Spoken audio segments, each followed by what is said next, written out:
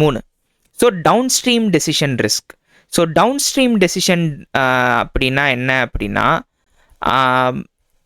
இப்போது உங்களுக்கு நான் அந்த கோடிங் எக்ஸாம்பிளே எடுத்துக்கோங்களேன். உங்களுக்கு பக் நம்பர் 1 இருக்குது.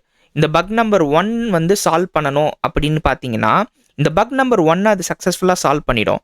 ஆனால் it will create buck 2. So buck 2 வந்து பக் 1ஓட டவுன் ஸ்ட்ரீமாக இருக்குது. ஸோ உங்களுக்கு நீங்கள் என்ன டாஸ்க் கொடுக்குறீங்களோ அதை பண்ணிடும். ஆனால் அன்இன்டெண்டட் ஆக்ஷன்ஸ் இருக்கும். Even if you said card reels, அது உங்களால் ஒன்றும் பண்ண முடியாது. ரொம்ப ஸ்ட்ராங்காக செட் பண்ணணும். அண்ட் இந்த என்டர்பிரைசஸ் எல்லாத்துக்குமே வந்து அடாப்ஷன் சேலஞ்சஸ் இருக்குது. இந்த நிறைய ப்ரௌசர்ஸ் இப்போது மைக்ரோசாஃப்ட் எட்ஜில் கோபைலட் இருக்குது, நீங்கள் ஆட்லஸில் இருக்குது, காமெட்டில் இருக்குது. எல்லாம் பண்ணும்போது